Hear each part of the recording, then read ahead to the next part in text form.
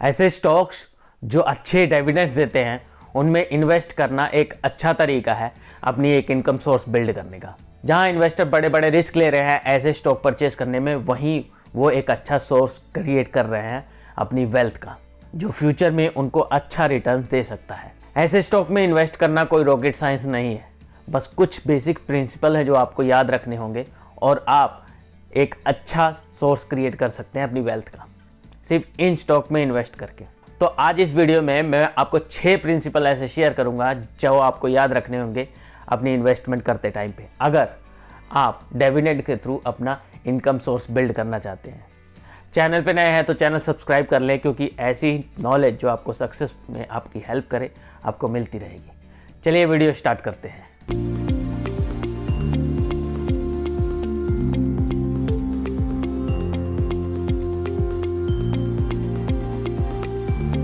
Number 1, choose quality over quantity. जो एक सबसे ज़रूरी बात आपको याद रखनी है ड्यूरिंग इन्वेस्टमेंट, वह है dividend yield. Dividend yields mean कोई कंपनी कितना डिविडेंड देती है as per it's stock price, उसको हम डिविडेंड यील्ड कहते हैं। और इन्वेस्टमेंट के टाइम पे आपको ये चीज़ याद रखनी है, जितना ज़्यादा डिविडेंड यील्ड होगा उतना ही अच्छा आपको डिविडेंड मिलेगा, दैट मीन्स उतना ही आपको प्रॉफिट होगा। और ऐसे स्टॉक्स जिनका प्राइस फ्लक्चुएट करता है वो अच्छा डिविडेंड आपको नहीं दे सकते, क्योंकि उनका रेशियो, ये वाला रेशियो डिविडेंड यील्ड, ये कम होगा। ऐसे स्टॉक जिनका डिविडेंड यील्ड स्टेबल है, हो सकता है स्टार्टिंग में आपको अच्छा रिटर्न ना दे, बट अगर आप एक लॉन्ग टर्म इन्वेस्टर हैं तो टाइम के साथ साथ इनका डिविडेंड यील्ड बढ़ेगा और आपको अच्छी रिटर्न मिलेगी। चलिए एग्जांपल के साथ समझते हैं।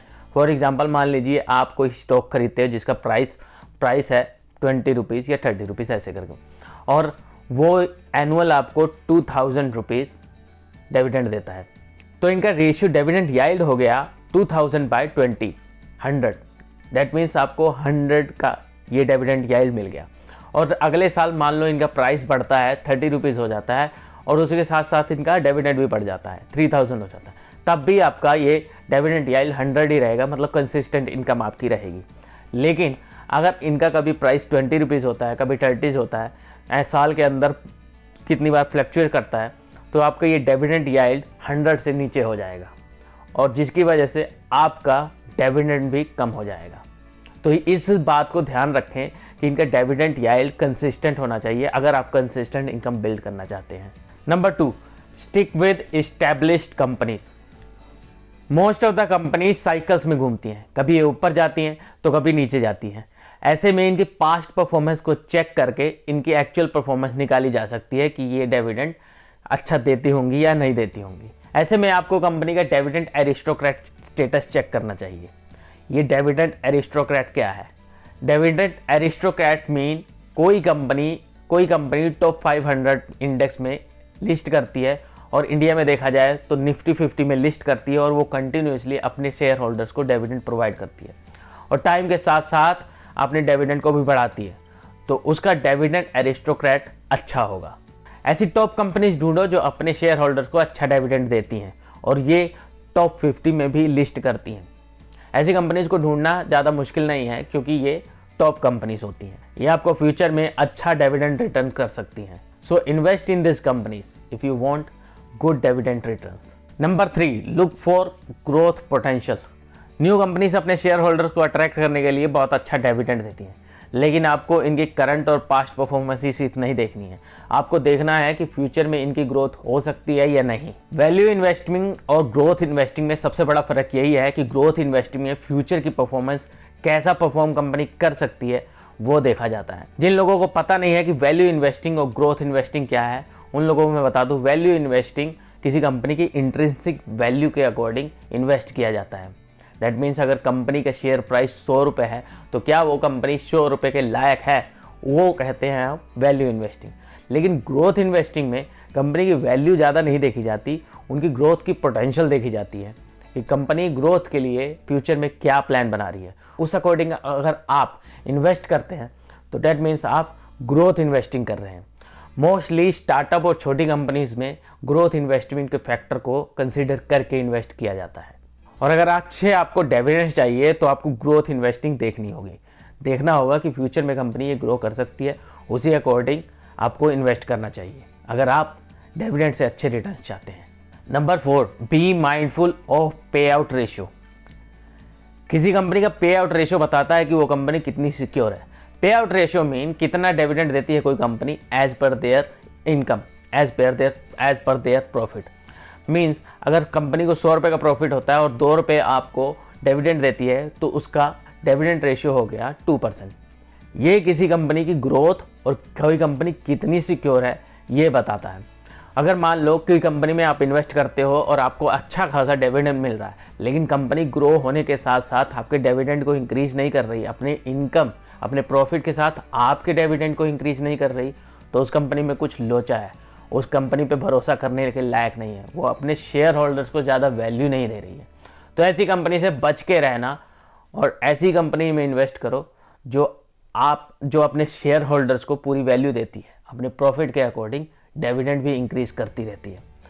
ऐसी कंपनीज में इन्वेस्ट करेंगे तो आपको साल बर साल अच्छा डिविडेंड रिटर्न मिलेगा।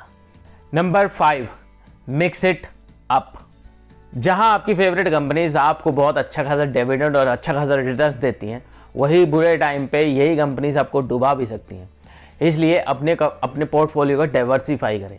मार्केट हमेशा ऊपर नीचे होती रहती है और ये कंफर्म है कि आपकी फेवरेट जो कंपनीज हैं जहाँ से आपको अच्छा खासा रिटर्न मिल रहा है, उनका डाउन टाइम आएगा और वो भी डाउन जाएंगी। ऐसे में अपने पोर्टफोलियो को डाइवर्सिफाई करेंगे, दूसरी कंपनीज में भी इन्वेस्ट करेंगे, तो हो सकता है वो कंपनीज आपको कवर करे जब आपकी फेवरेट कंपनीज डाउन होंगी। आपको ज़्यादा कंपनीज पे ध्यान नहीं देना है, आपको मेनली अपने पोर्टफोलियो पे ध्यान देना है। ऐसी कंपनीज का अपने पास स्टॉक्स रखें जो बुरे टाइम में भी अच्छा परफॉर्म कर सकती हैं, और ऐसी कंपनीज भी जो अच्छे टाइम में अच्छा परफॉर्म कर ही रही हैं। तो ऐसी कंपनीज का अपने पास पोर्टफोलियो रखोगे तो कंपनीज डाउन ऊपर नीचे होती रहेंगी, लेकिन आपका पोर्टफोलियो वो हमेशा सही जाएगा, वो ग्रोथ में ही रहेगा। कुछ शेयर लो परफॉर्म करेंगे, कुछ शेयर हाई परफॉर्म करेंगे, लेकिन आपका पोर्टफोलियो हमेशा ही हाई परफॉर्म करता रहेगा। Number 6, know when to hold and when to fold.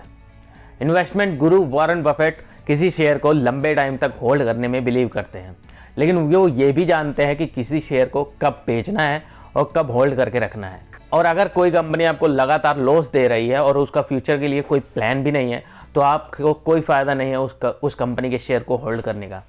वो कंपनी आपको नुकसान ही दे के जाएगी। ऐसे में ऐसी कंपनीज के शेयर बेच देना ही ठीक है। हर कंपनी की एक पीक परफॉर्मेंस होती है, इस पीक परफॉर्मेंस को आपको जांचते रहना होगा। जब इसकी पीक परफॉर्मेंस पहुंच जाए, दैट मीन्स वो शेयर अब नीचे जाएगा, अब इससे ऊपर नहीं जाएगा, तो उस टाइम पे आपको वो शेयर्स बेच देने चाहिए। अदरवाइज फंडामेंटल एनालिसिस करके उस शेयर को होल्ड करना है या बेचना है, ये सबसे अच्छा तरीका है कि उसको फंडामेंटल एनालिसिस करो, उसके बाद उस शेयर को बेचो या होल्ड करो। अगर फंडामेंटल एनालिसिस के बारे में आप ज़्यादा जानना चाहते हैं तो मुझे कमेंट में बताइए। मैं इस बुक की हेल्प से आपको फंडामेंटल एनालिसिस के बारे में बताऊंगा कैसे की जाती है।